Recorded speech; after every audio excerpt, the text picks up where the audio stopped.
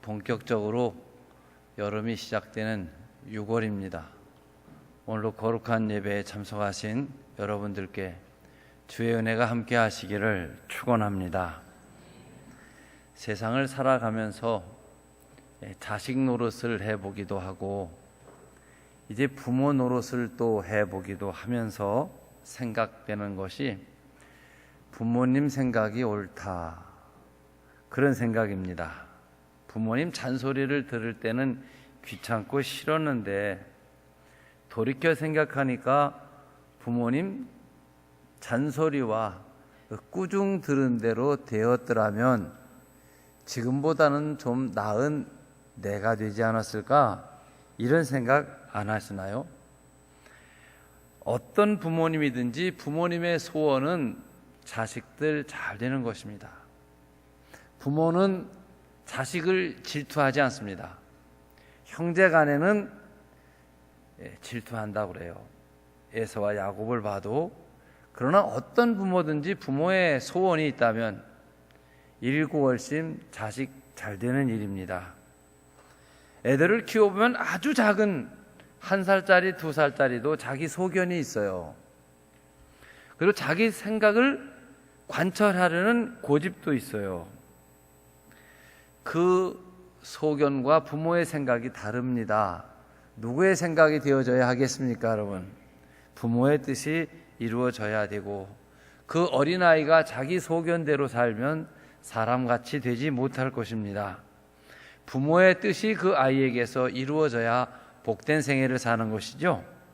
신앙생활에 연륜이 쌓여가며 깨닫는 것이 하나님의 말씀은 과연 진리다, 그리고 내 인생이 복되고 행복하게 사는 길도 하나님의 말씀과 하나님의 방법을 따라 사는 것이다, 하나님의 방법이 가장 지혜로운 것이다라는 고백을 합니다.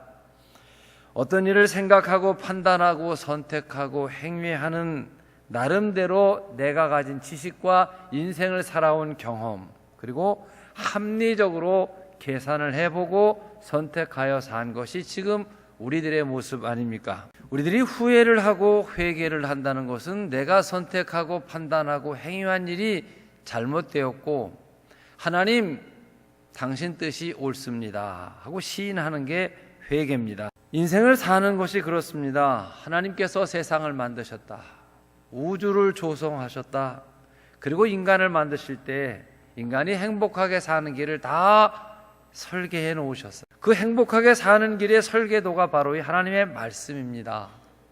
그런데 때로는 그 말씀이 우리에게 받아들여지지 않을 때가 있어요. 여러분, 하나님께서 요셉에게 하신 그 과정과 일들이 요셉은 과연 좋아하는 일들이었습니까?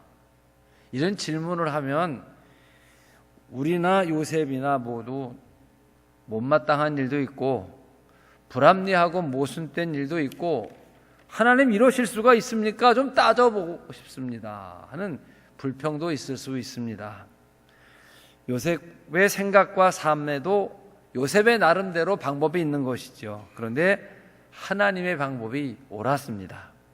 운동선수들을 혹독하게 훈련시키시듯 하나님은 요셉에게 기가 막힌 고난과 억울한 역경들을 지나게 하셨지만 요셉이나 우리들에게 대해 하나님이 승리하십니다. 요셉 개인에게 있어서 채색옷의 꿈을 이루어 주시는 일이나 요셉의 아버지 야곱과 그 형제들 70명이 흉년과 기근을 피하기 위해 애굽에 내려오는 일이나 또 430년을 고센 땅에 살며 60만이 넘는 하나의 국가를 구성할 수 있는 인구가 되어지는 일이나 당시 지구상에 있는 모든 생명을 흉년과 기근에서 살리기 위한 하나님의 계획에 요셉이 필요하셨고, 그만한 훈련 과정을 겪어야만 요셉이 그 일을 할 수 있기 때문에 그렇게 하신 것입니다. 그래서 우리는 그 사건 상황 그리고 인물 그리고 천재지변까지를 동원하셔서 모든 걸 종합하여 요셉의 꿈을 이루어주고 요셉의 가정을 통한 계획을 이루시고 인류를 위한 계획을 이루시는 하나님을 찬양하고 경배하고 박수를 드릴 수밖에 없습니다. 여러분의 생애에서도 그렇습니다. 하나님의 뜻이 이루어지는 것이 복입니다. 여러분의 형편과 상황이 어떠하든지 간에 하나님의 말씀에 순종하십시오. 여러분은 신앙 행위를 결정하는 유일한 방법, 진리가 하나님의 말씀이다.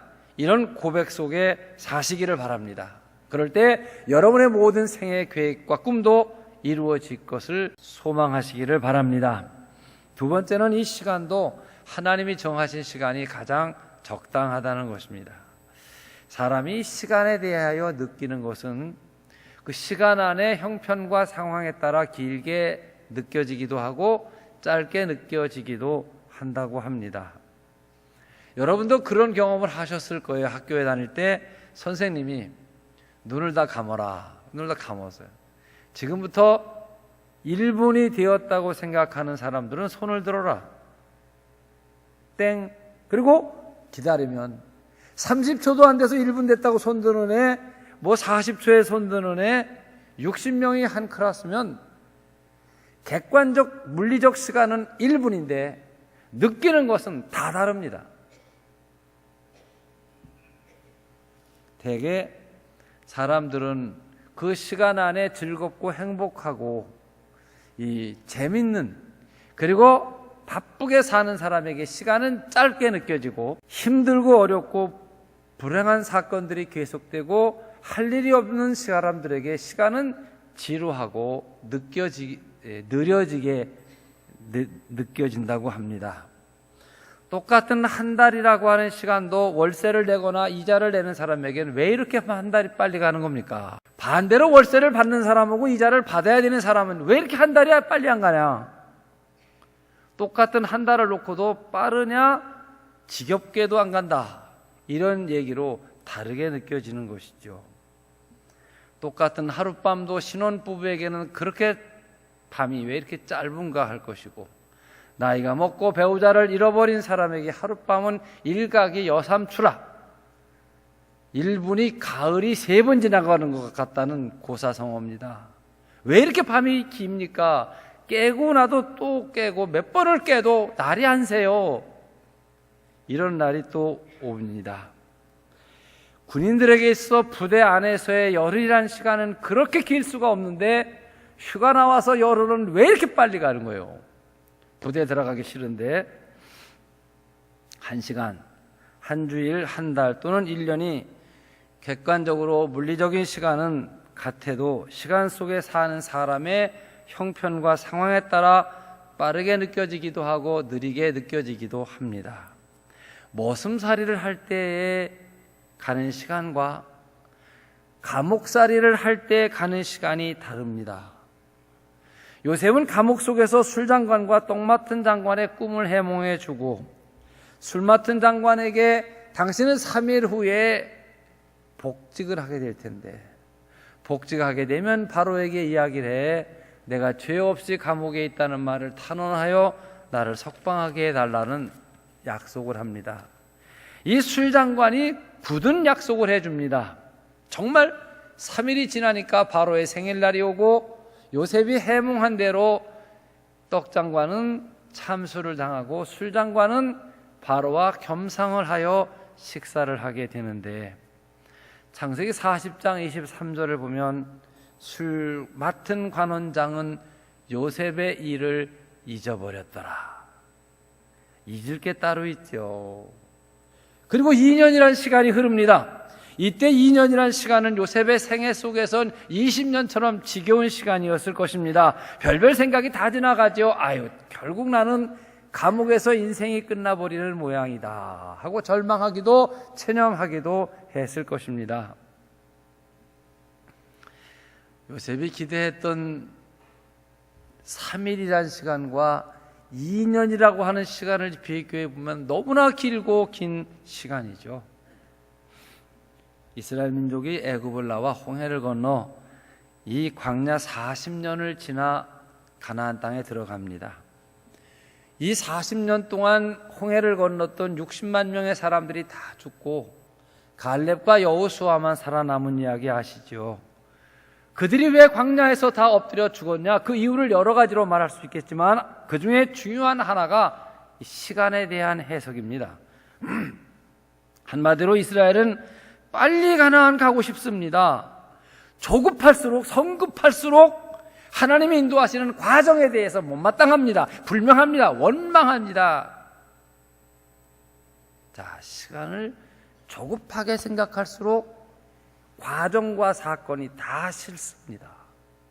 그리고 원망불평하는 사람은 불신에 빠지고 결국 죄에 빠져버리고 광야에서 쓰러지는 것이죠.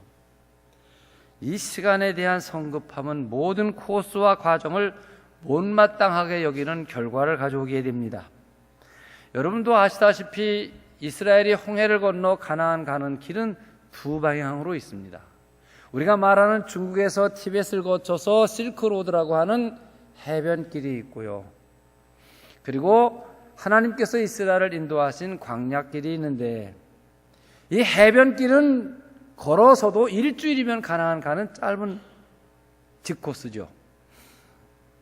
그런데 거기는 블레셋이라고 하는 큰 나라가 있어 전쟁을 하게 될까봐 하나님께서는 그들을 광야라는 코스로 인도를 하셨어요. 이스라엘의 성품을 가장 잘 아시고 그들의 형편에 따라 적절하게 인도하신 것이 광야의 길인데, 그들의 시간에 대한 생각 때문에 광야길은 못마땅하고 광야에서 넘어지는 것이죠. 여러분도 세상을 살아가며 다 인생 계획이 있으셨어요. 내가 20살 땐 뭐 한다. 내가 30살 땐 이런 모습이 되어져 있어야겠다. 내가 40살 때는 적어도 이 지역에 아무개 하면 알만한 성공한 사람이 되어야 되겠다. 여러분, 성공이 무엇입니까? 자기가 세운 인생 목표를 자기가 세운 시간 안에 성취하게 되면 그 사람은 성공한 사람이요, 그 주변의 사람들이 아무개는 성공했다. 이런 생각들로 일컬어집니다. 그런데 중요합니다. 그 시간을 사용하는 기본 우리들이 이기심에서 출발한다는 사실을 아셔야 됩니다. 욕심으로 목표를 정해놓고 이기심입니다. 그게 빨리 되어야 되겠다고 하는 조급함, 시간에 쫓겨버리게 되면 목표에도 도달하지 못하고 자포자기하고 체념해버리고 실패자가 되어버리는 것이지요. 목표도 내 욕심에 의해 잡고 시간도 내 욕심으로 앞당기려고 하면 결국 그 결과는 실패라는 것을 이루는 거예요. 사도행전 27장을 보게 되면 이 바울 일행을 태운 알렉산드리아호가 이 그레데 미향이라는 곳에 정박을 합니다. 가을이 지나가요. 미향이란 아름다울 밑에 항구, 아름다운 항구란 말인데 그 이름에는 걸맞지 않게 그 주변이 그리 좋지 않았던 것 같아요. 그래서 선장과 선원 일행들이 생각을 합니다. 자, 이 미향에서 과동을 할 것이냐, 겨울을 지날 것이냐, 빨리 가서 베니게에 가서 과동할 것이냐. 베니게는 베니스의 상에 나오는 그 베니게 활락 위락의 도시입니다. 죄수인 노인 바울이 말합니다. 미향에서 과동해야 된다. 출발하면 계절풍인 유라굴로가 불 때니 풍랑을 만날지 모른다. 그러나 바울의 말은 묵살되고 그들은 시간을 단축하기 위해 출발합니다. 유라굴로 풍랑을 만납니다. 배가 깨지고 파손하여 모든 화물까지 다 잃어버려 그들이 도착한 곳은 멜리데라고 하는 토인만 사는 섬입니다. 위락의 도시에서 활락적인 겨울을 날라고 했던 그들은 토인들 사는 데서 쫄쫄이 배가 굽고 추위에 떨다가 결국 겨울을 나고 말죠. 이 시간에 대한 개념 자체가 처음부터 불신앙적이며 이기적으로 계산하는 것이 우리의 습관입니다. 신앙인은 하나님이 정하신 시간이 있다는 사실을 믿는 사람들입니다. 요셉이 감옥에서 기다린 세월들은 몹시도 힘든 시간들이지요. 굴욕감도 들고 자괴감도, 나는 왜 이런 데서 하는 자괴감도 있고 미움도 생기고 배신감도 느꼈을 겁니다. 참 억울하고 분해 사귀기 힘든 시간들 지냈을 것입니다. 그러나 요셉의 마음속에 꿈이 흔들리질 않습니다. 하나님이 나를 선택하셨다. 하나님은 나와 함께하고 계시며 하나님은 나를 지금도 인도하고 계시다. 자, 이 하나님의 계획하시는 일을 이루시는 데에 하나님이 계획하신 시간도 있다. 이 믿음을 믿는 것이 감옥 속에서도 평안을 지키는 길입니다. 여러분, 만약 여러분이 불안해하거나 초조해하신다면 여러분은 하나님을 향한 소망이 흔들리고 계시는 것이지요. 하나님의 시간, 하나님의 인도하심, 하나님의 능력에 대해 불신하는 것이 초조함으로 나타나고 성급함으로 나타나고 이것이 불평과 원망으로 화해지는 것이죠. 다시 말씀드리면 요셉이 감옥에서 보낸 세월은 여러 면에 있어서 치명적이고 위험한 일들입니다. 벌써 노예로 팔려온 지 10년이 넘어가고 시련이 길고 너무나 깊어지고 오래 갑니다. 요셉도 흔들릴 수 있습니다. 특별히 이 술장관이 복직대에 나아갔을 때 이제는 감옥 생활은 끝났다. 3일만 기다리면 된다. 짐 정리 다 하고 요셉하고 부르는 소리만 기다리고 있는데 2년이라는 세월이 지나가 버리는 거예요. 얼마나 여러분 절망했겠나 상상을 해보십시오. 그리고 얼마나 술장관에 대한 배신감과 미움이 있었겠나. 그런데 총리 대신이 되고 나서 지나간 시간들을 돌이켜보면 빠른 시간이냐 늦은 시간이냐 다시 생각해 보자는 거예요. 여러분 본문 46절 보세요. 요셉이 바로왕 애굽왕 바로 앞에 설 때 몇 살이래요? 30살이에요. 그래요. 그러면 30살에 애굽이 우리나라보다 수십 배 큰 나라, 당시에 세계에서 가장 큰 나라의 총리가 되는 일이 30살에 됐으면 일찍 된 거예요? 늦게 된 거예요? 대답해 보세요. 이조 시대의 영의정이라고 하는 대감자리가 지금의 국무총리와 비슷한 위치일 때 30살에 영의정 대감 된 사람이 있습니까? 아니면 오늘의 국무총리라는 자리가 30살에 된 사람이 있습니까? 그러면 우리는 모두가 다 야, 이런 나이에 총리 됐네, 이런 얘기를 다 하실 겁니다. 그러면 질문합니다. 요셉이 받은 고난의 세월이 긴 겁니까? 짧은 것입니까? 한마디로 하면 하나님의 시간, 이것이 가장 빠른 시간이고 가장 분명한 시간이라는 것이죠. 여러분, 이것을 알아야 됩니다. 하나님께서 우리에게 요구하시는 시간 앞에 지연시키거나 연기시키지 마십시오.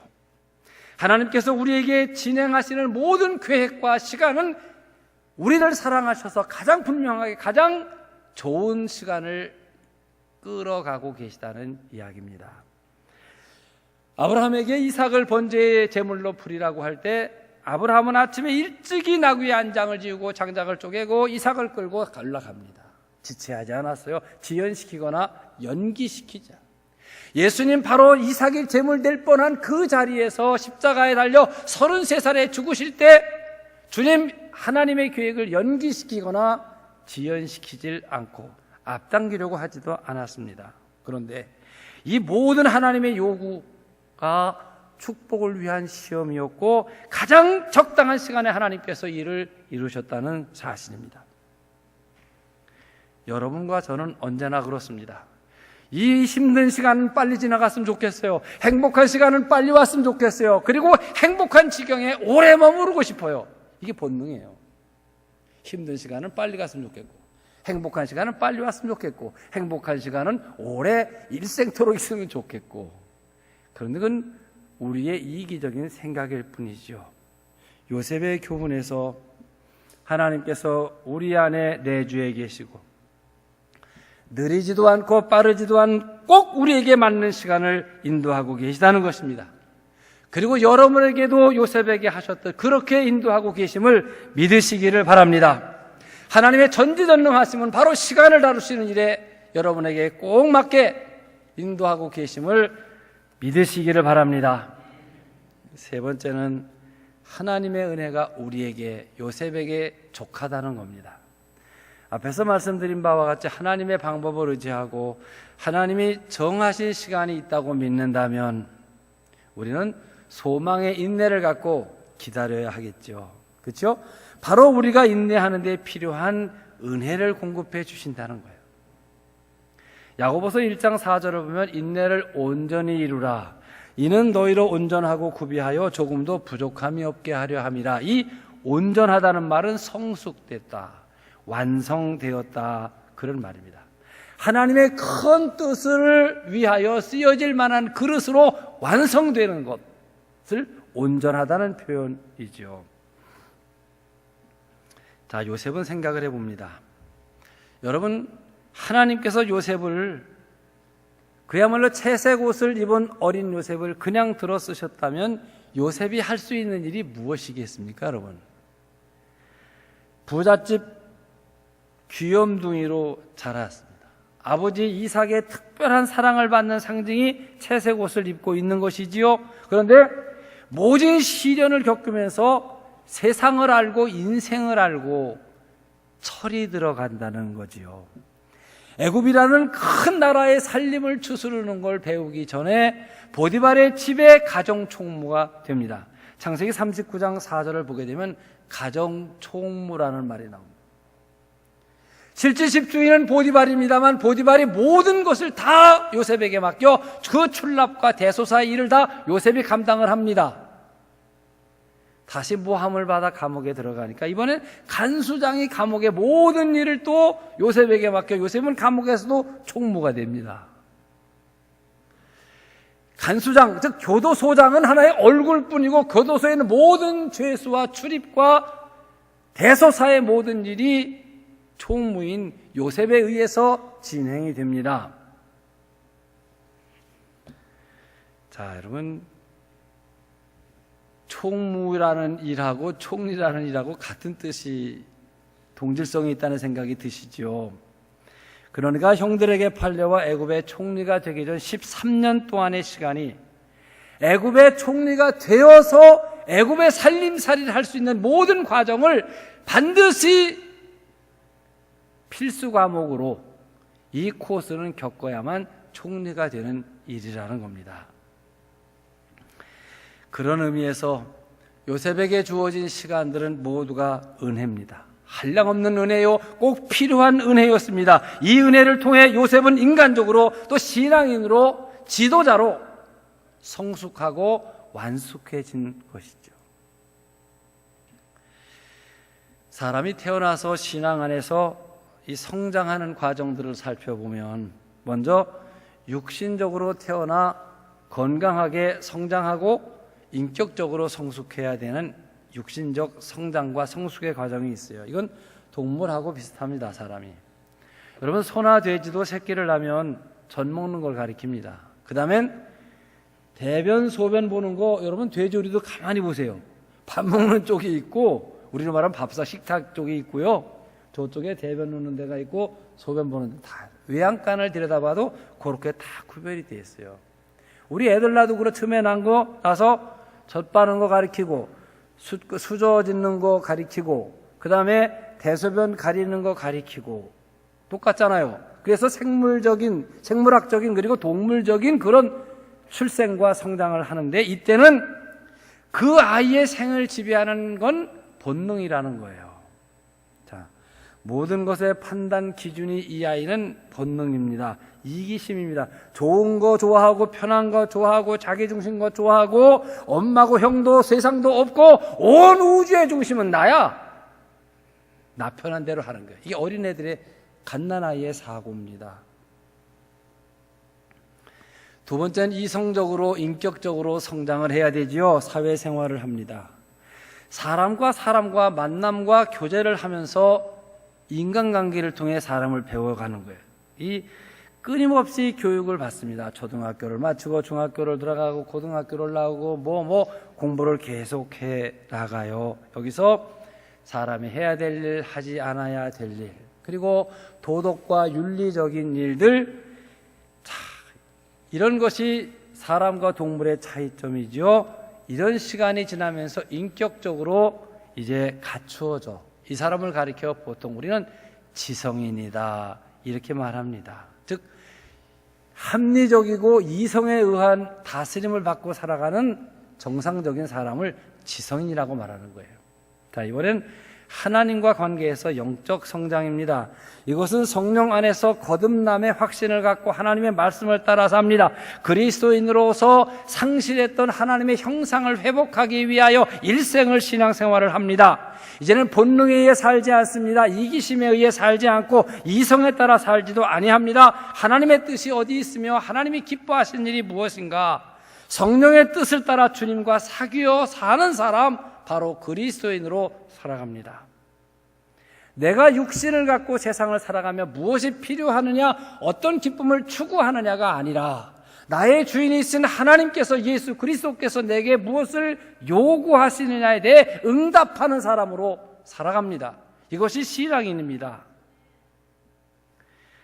다시 요셉의 이야기로 돌아와서 모진 고난, 억울한 시험과 연단을 지키며 요셉은 영적으로 성숙해져 가고 놀라운 하나님의 체험을 하게 되고 지도자적인 위치에 오르는 것이죠.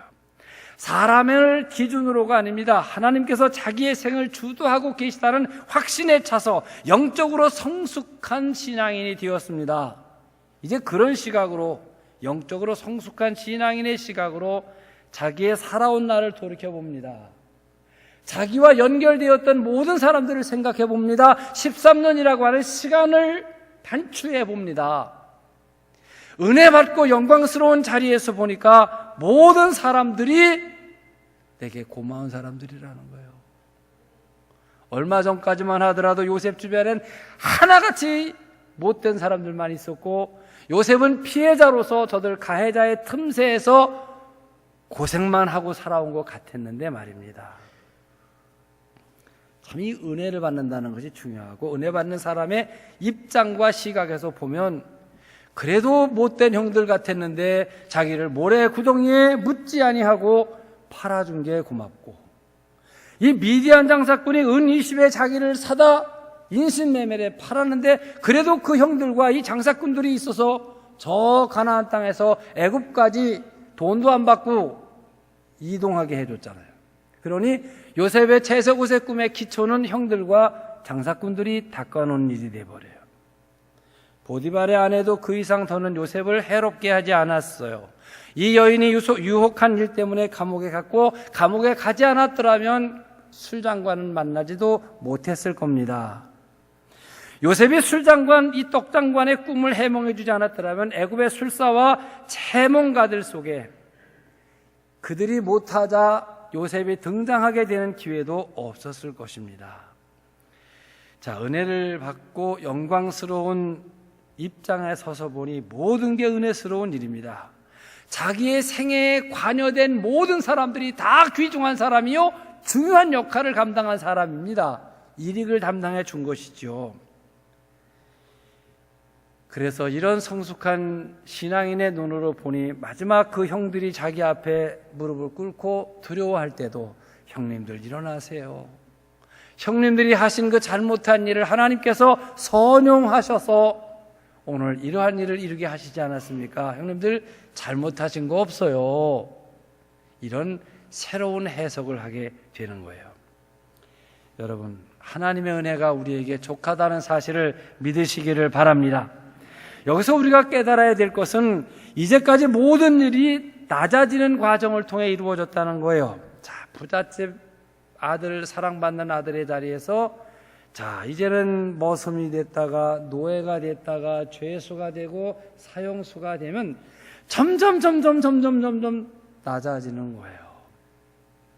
여러분, 신앙이라고 하는 것은 삶에 희망이 없어 보일 때 희망을 바라보는 거예요. 삶이 어둠으로 치닫을 때 밝은 곳을 보는 것이에요. 내가 입고 있는 옷이 채색 옷이 벗겨지고 머슴의 옷이 입혀지고 죄수의 옷이 입혀지나, 신앙이 무엇이냐? 채색 옷의 꿈을 바라보는 것.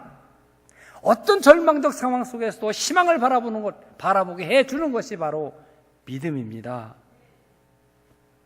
하나님은 사람을 높이시는 일을 꼭 기억하셔야 돼요. 낮추시는 일부터 시작을 하신다는 거예요. 중요한 일입니다. 우리가 길을 가다가 길 옆에 집을 짓습니다. 저는 늘 그런 생각을 해봐요. 그 터를 볼 때 넓고 깊이 계속 몇 개월이 지났는지 계속 땅으로 파들어가기만 해. 거긴 큰 빌딩 쓸 자리예요. 근데 집을 짓는 건지 땅을 평평하게 하더니만 바로 집이 지어져. 이게 1층짜리 짓는 집이에요. 그건 금방 줘요. 뭐 조립식으로 지으면 한 달도 안에 다 져버려. 저 롯데빌딩 지하에 들어가 보지는 않았지만 얼마나 깊은 데서 시작했을까. 파고 또 파고 또 파고 또 파고 저 내려가 100층 이상의 건물을 지탱할 만큼 땅속으로 내려가고 그 뒤에 올라오는데 하나님께서 훌륭하게 크게 축복의 주인공으로 쓸 사람도 이런 낮추시는 일부터 시작을 하신다는 이야기입니다. 부자를 만드시기 전에 참 눈물 흘린 빵을 씹는 경험을 하게 하시고 당선의 영광을 얻게 하시기 전에 낙선의 쓴맛도 보게 하시고 한없이 높은 사람을 만드시기 위해 한없이 낮은 자리에 비천하게도 하시고 요셉의 생애가 이랬고 다윗의 생애가 이랬고 우리 예수님의 생애가 여러분 그랬잖아요. 여러분 하나님이 높이시는 큰 축복의 자리에 이르시기를 원하신다면 우리 주님처럼 십자가를 지는 낮고 비천한 멸시천대의 자리를 여러분 경험하셔야 된다는 사실도 아셔야 됩니다.